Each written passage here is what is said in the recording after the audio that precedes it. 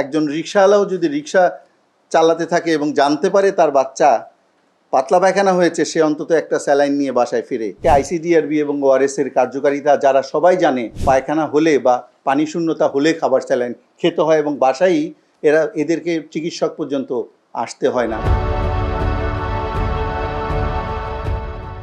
ওর saline ডিহাইড্রেশনে লাগবেই, তার আগে জানতে হবে কিভাবে লাগবে, কখন লাগবে, কতটুকু লাগবে, পরিমিত লাগবে না অবাধ লাগবে, এটা বেশি জরুরি। আমার মনে হয় এতদিনে আমি শিশু পুষ্টি লিভার পরিপাকতন্ত্র বিভাগের চিকিৎসক হিসাবে যখন বিকেলে প্র্যাকটিস করি, 10টা রোগীর মধ্যে এত খারাপ হাইজিন, আমাদের এত দূষিত বায়ু বাইরে, পানি এত বিশুদ্ধ নয়, ফুটিয়ে খেতে হয় সবসময়। আপনাদের মনেই হতে পারে 10টার মধ্যে 8টা রোগীই তো ডায়রিয়ার রোগী আসবে। আসলে 10টা রোগীর মধ্যে 8টা রোগী আমি কোষ্ঠকাঠিন্যের রোগী দেখে থাকি। এটাই হচ্ছে আমাদের আজকে আইসিডিআরবি এবং ওআরএস এর কার্যকারিতা যারা সবাই জানে, যে পায়খানা হলে বা পানি শূন্যতা হলে খাবার স্যালাইন খেতে হয় এবং বাসায় এদেরকে চিকিৎসক পর্যন্ত আসতে হয় না, যদি না তাদের সবচেয়ে আকাঙ্ক্ষিত দোকানে গিয়ে অ্যান্টিবায়োটিক না খাওয়ায়।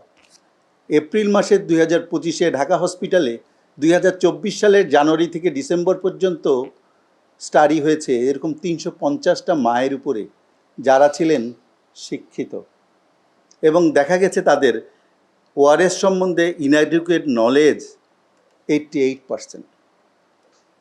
কিভাবে বানাতে হয় এটা জানেন না 72.5%।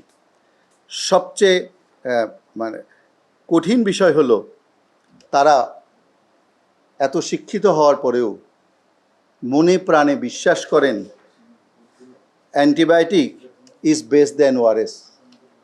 যেখানে আমরা জানি 90% ডায়রিয়াই, আমাদের আবিদ হোসেন মোল্লা স্যার বলে গেছেন বা অন্যান্যরা বলেছেন, ভাইরাল, সেখানে অ্যান্টিবায়োটিকের কোনো রোল নেই, এবং অ্যান্টিবায়োটিক খেলে উল্টো আমাদের অ্যান্টিবায়োটিক ইনডিউস ডায়রিয়া, বা আমরা যেটাকে বলে থাকি যে আমাদের যে বন্ধু ব্যাকটেরিয়ার প্রকোপে, ওই অ্যান্টিবায়োটিকের প্রকোপে ধ্বংস হয়ে যায়, তখন আমাদের ইনডাইজেশন আরও বেড়ে যায়।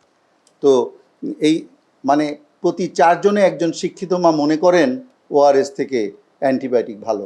এই জন্য চিকিৎসকের কাছে আসার আগেই মনে হয় ওভার দ্য কাউন্টার 1-2টা অ্যান্টিবায়োটিক খাইয়েই তারা আসেন, এবং আমাদের জন্য চিকিৎসা করা খুব সহজ হয়ে যায়। বিশেষ করে যারা শিশু পরিপাকতন্ত্রের ডাক্তার, আমরা সকল কিছু বন্ধ করে দিয়ে এই আমাদের কাঙ্ক্ষিত ওআরএস আর একটু জিঙ্ক সিরাপ দিয়েই পায়খানা শেষে আমাদের ভালো হয়ে যায় আল্লাহর রহমতে। তো আমাদের প্র্যাকটিসে আমাকে যেটা বলা হয়েছে যে কী ধরনের রোগী আমাদের কাছে আসে, এক তো আমরা বললাম আইসিইউর বাইরে, যেখানে আপনারা সবাই বলছিলেন সোডিয়ামের মাত্রা বেড়ে গিয়ে হাইপারনেট্রেমিয়া হয়ে যেটা কিডনি এবং ব্রেনের উপরে আঘাত আসে। আরেকটা আছে বানায় হয়তো ঠিকভাবে, বানানোতে অসুবিধা নেই, অল্প একটু পায়খানা হচ্ছে, যেখানে আবিদ হোসেন স্যার বলছিলেন 10-20 চামচ 2 বছরের নিচে, 2 বছরের উপরে 20 থেকে 40 চামচ। দেখা যাচ্ছে সামান্য একটু সিপস অফ পায়খানা হচ্ছে, সেটা like diarrhoea but not like diarrhoea, সে খাবার স্যালাইন খাইয়ে যাচ্ছে অবাধে। দেখা যাচ্ছে আমাদের কাছে যখন আসে চোখ ফুলিয়ে, ফ্লুইড ওভারলোড নিয়ে আমাদের কাছে আসে। আবার দেখা যাচ্ছে যতটুকু খাওয়ানো দরকার ঠিকভাবে বানালেও অতটুকু খাওয়াচ্ছে না। এই 3ভাবেই আমাদের কাছে আছে।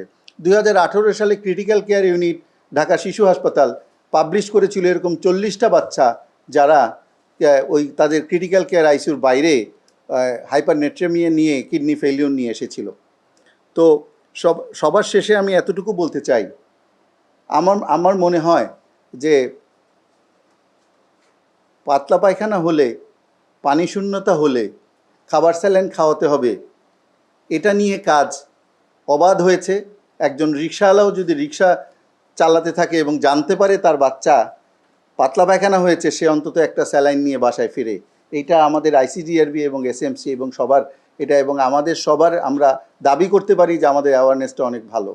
এখন সময় এসেছে অ্যাওয়ারনেস হওয়ার, ভালোর মধ্যে কালোটা, যাতে ঠিকভাবে স্যালাইনটা বানানো হয়